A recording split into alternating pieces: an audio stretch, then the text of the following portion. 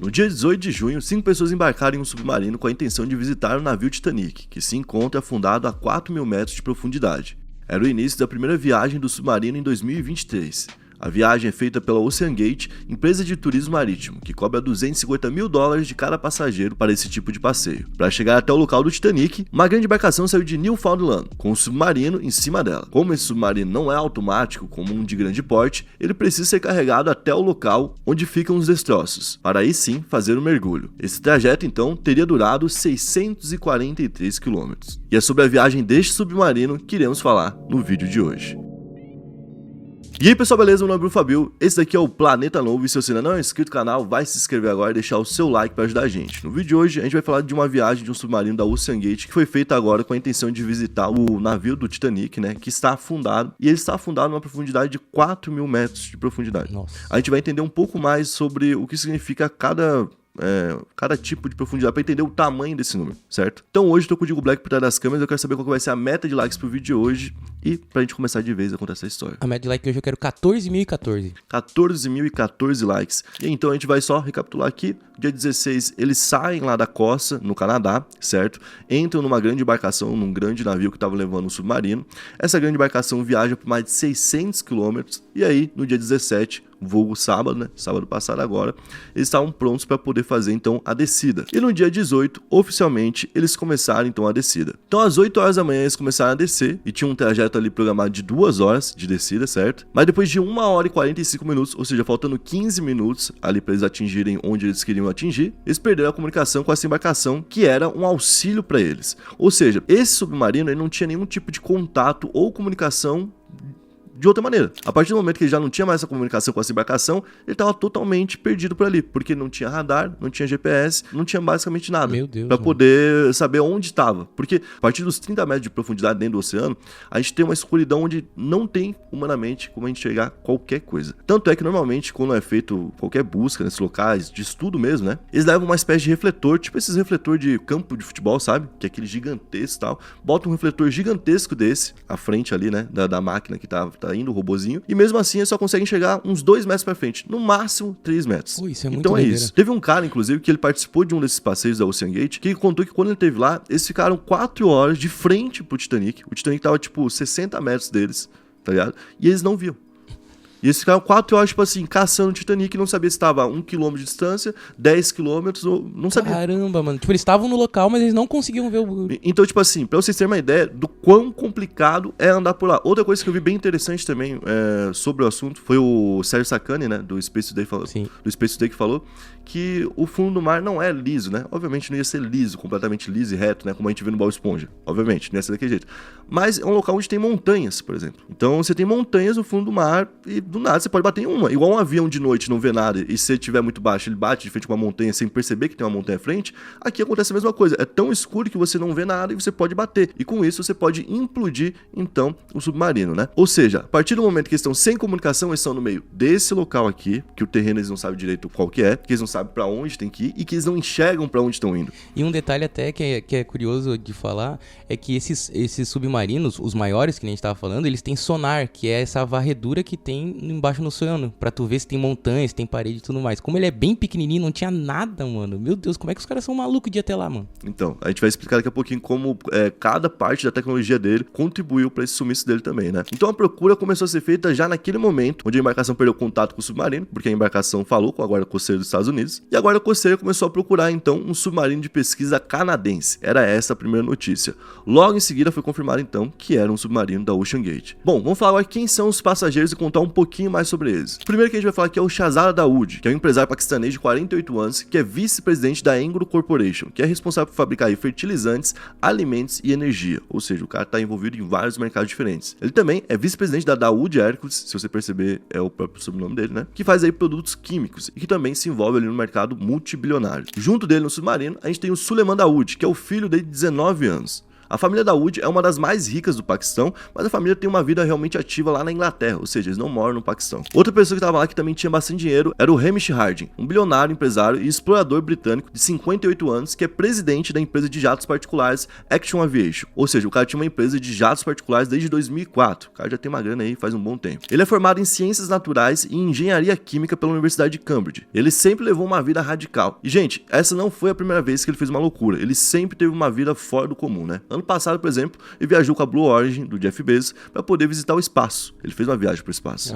Lembra quando teve aquelas viagens? Sim, Falou, claro. a primeira, a segunda, a terceira. Na quinta viagem que aconteceu lá da Blue Origin, ele tava dentro. Caramba. Em 2019, ele completou a viagem mais rápida ao redor do mundo em um avião, ficando 46 horas em voo. Então ele e mais uma equipe fizeram esse voo, dando literalmente volta no mundo de avião. Não, então esse cara gosta, realmente, de aventura. Então, isso que a gente tá falando, é como se fosse um daqueles personagens de filme de aventura mesmo. O cara, pô, foi pro centro da Terra, foi pra não sei onde e tá aí de volta sempre, entendeu? E ano passado, ele viajou até as Marianas pra poder ir até o Fosso das Marianas, que é o ponto mais profundo já achado no oceano. E lá ele fez uma viagem de 4.600 metros em um submarino menor do que esse, com 2 lugares apenas. Ah, mas provavelmente tinha mais equipamento, né? Eu não sei. É que 2 lugares também é foda, né, mano? Ele foi nesse. Tá ele ligado? pode ter ido no outro. Então. Entendeu? É esse submarino que desceu agora, já fez outras viagens e voltou. Tem esse detalhe. Então, tipo assim, não é como se fosse... O que eu tô querendo falar aqui? Esses caras, eles estão diretamente fazendo isso. Eles sabem o que estavam fazendo. Eles já estavam nesse rolê. O cara já foi pro espaço, o outro ali é bilionário, tipo, ele é do Paquistão, mora na Inglaterra, mas vive em Dubai. Então, tipo assim, é um cara que viaja o mundo todo, ele gosta de viver uma vida arriscada. Eram pessoas desse perfil. Era uma pessoa que gostava de viver algo mais radical do que luxuoso. Porque se você vê o submarino, não tem nada de luxuoso. Sim. Você passar um tempão dentro daquele lugar lá, deve ser muito incômodo, tá ligado? Então é pra alguém que realmente quer falar, pô, peguei um submarino, fui a 4.000 metros de profundidade e voltei e quer contar isso pros outros, certo? É esse tipo de pessoa. Mas são pessoas principalmente que confiam no submarino, que confiavam que ele funcionasse, senão não iam entrar. Isso é verdade. Entendeu? Bom, então esses 2 últimos atos que eu falei, o fato de ter mergulhado 4.600 metros, também o fato de ter dado uma volta no mundo de avião em 46 horas, são recordes mundiais no Guinness Book, certo? Então ele era um cara que buscava recordes radicais dentro do Guinness Book e tinha muita grana. O próximo que a gente vai falar agora é o Paul-Henri Nargolet. Ele é um ex-comandante da Marinha Francesa e é considerado o principal especialista no local do naufrágio e no Titanic, ou seja, se ele não estivesse dentro desse submarino, ele seria a pessoa pra quem estariam ligando agora, chamando pra ajudar lá no resgate. Entendeu? É esse nível de...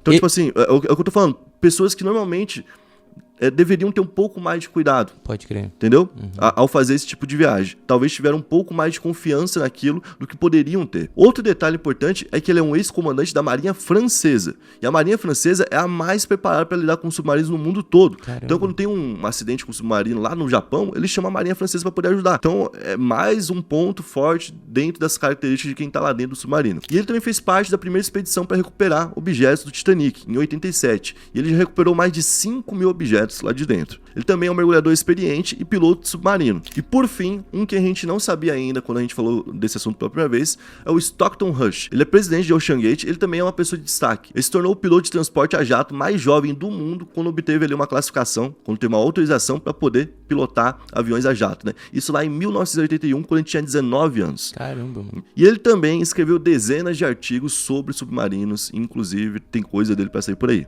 Pô, isso aí é muito doido, mano, porque realmente todas as pessoas que tu falou agora, cada uma delas tem uma especialidade ou uma especificação, tá ligado? Além do bilionário lá polonês.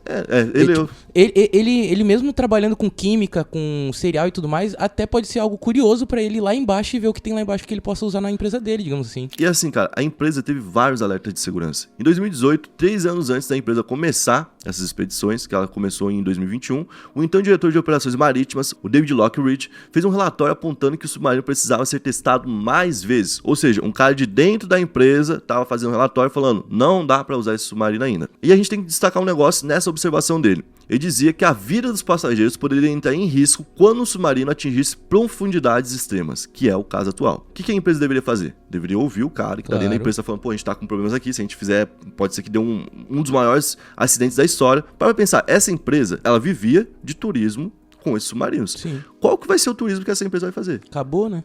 Acabou tudo. Era isso que ela tá falando, vai acabar tudo. E pode também tirar a vida de pessoas num acidente aí um pouco mais complicado, né? Então a empresa agiu muito mal, não corrigiu os problemas e mandou o cara embora. E ainda processou ele porque ele revelou isso publicamente. Caramba. Ele não podia, ele tinha ali um contrato de sigilo. E o principal ponto dele, ele fala, pô, tá, dá pra ignorar isso, dá pra ignorar aquilo, dá pra ignorar aquilo, mas isso aqui não tem como ignorar. A gente tá confiando 100% em uma única tecnologia e uma única técnica, que é a técnica de monitoramento acústico. Como que funciona esse... Gente, chega a ser engraçado. Como que funciona o monitoramento acústico? Você não tem a visão. Imagina que você está dirigindo o carro, você não tem mais visão. E agora, o que você faz? Meu Deus. Tenta escutar pelo menos, né? Você vai escutar. Só que, mas olha é que muito doideira. Difícil. No fundo do mar. Não. Não é mais um carro, é no fundo do mar. Então não dá pra você escutar porra nenhuma, claro. Certo? O que você vai escutar? Você vai escutar o casco, literalmente, o casco do submarino quebrando. É isso que você vai escutar. Quebrando? Isso. Essa seria a forma de monitoramento acústico. Você percebe, ó. Então, não é pra cá. Então tira daqui o submarino.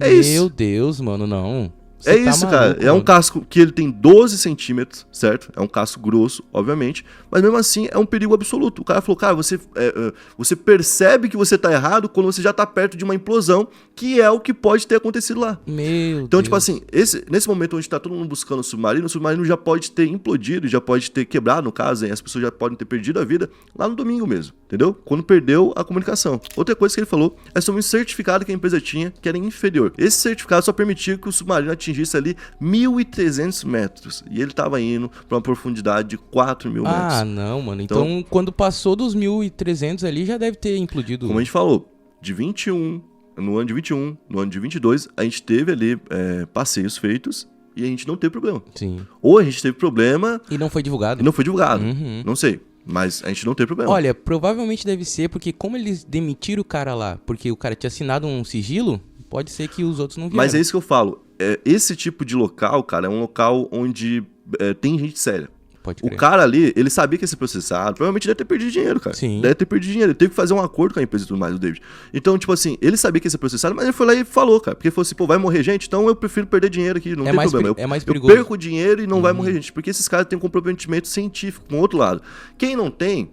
obviamente vai tirar esses caras do local. Claro. Você percebe que tirando um cara desse aqui, tinha alguém lá dentro, pelo menos alguém lá dentro, que tava com mais intenções. A intenção principalmente de lucrar rápido. Isso é verdade. Mais teste, mais mudança. Não, a gente tem que começar a faturar com isso. Provavelmente era essa a situação. E eu acho que a gota d'água que o David revelou é que a empresa se recusou a pagar por um visor certificado para 4.000 metros de profundidade. Tinha um visor, então, que talvez não aguentasse a pressão de 4.000 metros, um visor que servia para menos profundidade, certo? E tinha a opção de comprar o de 4.000 metros, e a empresa não quis comprar. Cara, então... isso é muito foda quando acontece isso. Tipo, quando tem a opção de não cometer o erro, e a galera vai lá e ainda mesmo assim comete o erro. E é sempre pelo mesmo motivo, né? Dinheiro. E o que a empresa então argumentou oficialmente? Porque isso virou uma denúncia, né? Argumentou que o David não é engenheiro e nem foi contratado para opinar sobre serviço de engenharia, certo? Então o cara tava trabalhando lá dentro, ele era válido até certo momento, quando ele apontou algo que não era do que eles queriam, opa... rala aqui, né? Inclusive a empresa agora, quando tudo isso explodiu, né, veio a público para falar que esse submarino que está sendo utilizado foi feito de 2020 a 21 e que não seria o mesmo questionado pelo David. Mas também, tipo, é parte da mesma tecnologia, né? A tecnologia que estava sendo pesquisada naquela época. E ele mesmo falou, a gente não pode lançar agora, em 2018. Foi lançada em 2020. Mesmo a empresa comprando um break com ele e tudo mais, ela teve que ouvir um pouco o cara e teve que realmente, tipo, fazer alguns reparos ali. Outro alerta que foi dado, que não foi dado só pelo funcionário deles, o David, foi feito também em 2018 pela Sociedade de Tecnologia Marinha, ou seja, foi feito por um órgão importante e um órgão responsável, que enviou uma carta pro Stockton Rush, que é o presidente que está dentro do submarino, né, pedindo para que ele fizesse também mais testes. Ou seja, eles tinham um pedido oficial de um órgão regulamentador e eles tinham um pedido interno de alguém que estava trabalhando no processo de construção do submarino. Caramba, mano, olha o que me passou pela cabeça agora. Vai que esse cara, o presidente executivo, foi junto com o submarino pra justamente meio que quebrar essa parada. Tipo, ah não, ó, o submarino tá bom, eu vou ir junto e vou voltar. Não, mas é isso que eu tô falando. Os caras não tinham dúvida de que ia dar certo. O presidente não vai andar, sabe, sim. Tipo...